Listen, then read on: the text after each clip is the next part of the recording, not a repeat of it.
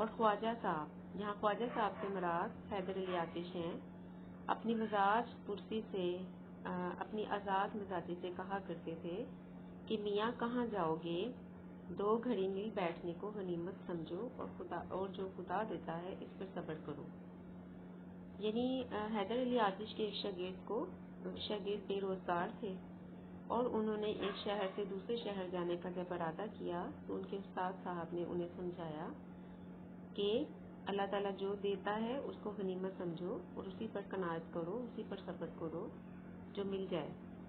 ایک دن وہ آئے اور کہا کہ حضرت رخصت کو آیا ہوں، یعنی میں جانے والا ہوں۔ فرمایا خیر باشد کہاں؟ انہوں نے کہا کل بنارس کو روانہ ہوں گا۔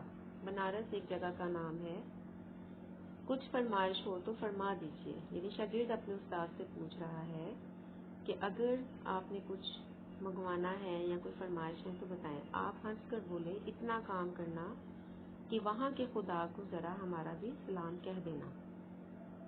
وہ حیران ہو کر بولے کہ حضرت یہاں اور وہاں کا خدا جدا ہے۔ خواجہ صاحب نے کہا جب خدا وہاں یہاں ایک ہے تو پھر ہمیں کیوں چھوڑتے ہو؟ جس طرح اس سے وہاں جا کر مانگو گے اسی طرح یہاں مانگو، جو وہاں دے گا یہاں بھی دے گا۔ اس بات نے ان کے دل پر ایسا اثر کیا کہ سفر کا ارادہ موقوف کیا اور خاطر جمعی سے بیٹھ گئے۔ یعنی اپنے استاد کی بات مان لی اور ارادے کو ترک کر دیا۔ یہ ان کا سمجھانے کا ایک انداز تھا کہ جو خدا یہاں ہے وہ یہاں پر بھی اگر تم مانو گے تو یہاں پر بھی وہ دے سکتا ہے۔ یعنی اگر تمہاری قسمت میں کچھ موجود ہے تو وہ اللہ تمہیں یہاں بھی دے دے گا، اس کے لیے شہر کیوں چھوڑتے ہو؟ اور یہی بات شاگرد کی سمجھ میں آ گئی اور اس نے جانے کا ارادہ ملتوی کر دیا۔ لطیفہ نمبر 6 دیکھیے۔ ایک دن معمولی دربار تھا، استاد ابراہیم ذوق بھی حاضر تھے۔ ایک مرشد زادے تشریف لائے، وہ شاید کسی اور مرشد زادی یا بیگمات میں سے کسی بیگم صاحب کی طرف سے کچھ عرض لے کر آئے تھے۔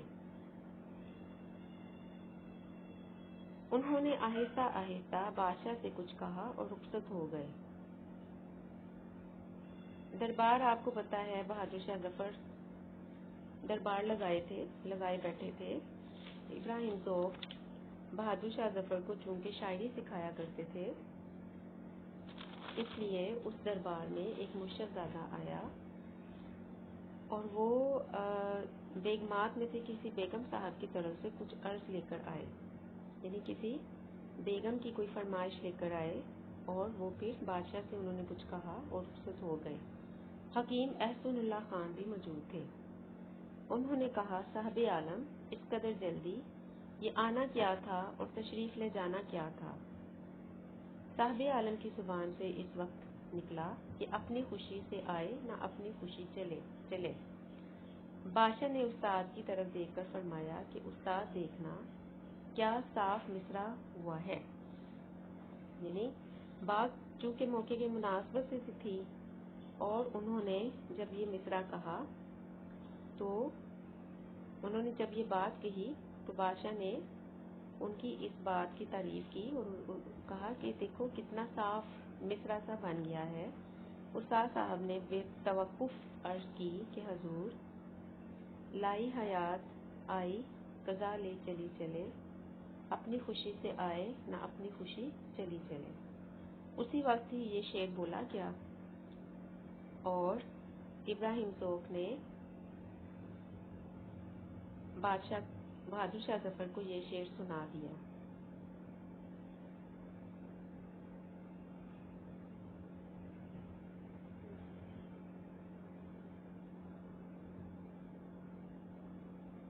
اس طرح یہ دونوں مصرے مل کر ایک شعر بن گئے۔ لطیفہ نمبر 7 دیکھیں۔ مرزا غالب کی قاطع برہان کے بہت شخصوں نے جواب لکھے ہیں۔ قاطع برہان مرزا غالب کی کتاب ہے اور وہ بہت زبان درازیاں کی ہیں۔ کسی نے کہا کہ حضرت آپ نے فلاں شخص کی کتاب کا جواب نہ لکھا۔ فرمایا بھائی اگر کوئی گدھا تمہارے لات مارے تو تم اس کا کیا جواب دو گے؟ یعنی اگر کسی شخص نے میری کتاب پر تنقید کی ہے تو اس کی صورتحال بالکل ویسی ہی ہے جیسے کوئی گدھا تمہیں لات مار دے تو جواب اس کے بدلے میں تم لات تو نہیں نہ مارو گے۔ تو اس طرح غالب نے بڑے طریقے سے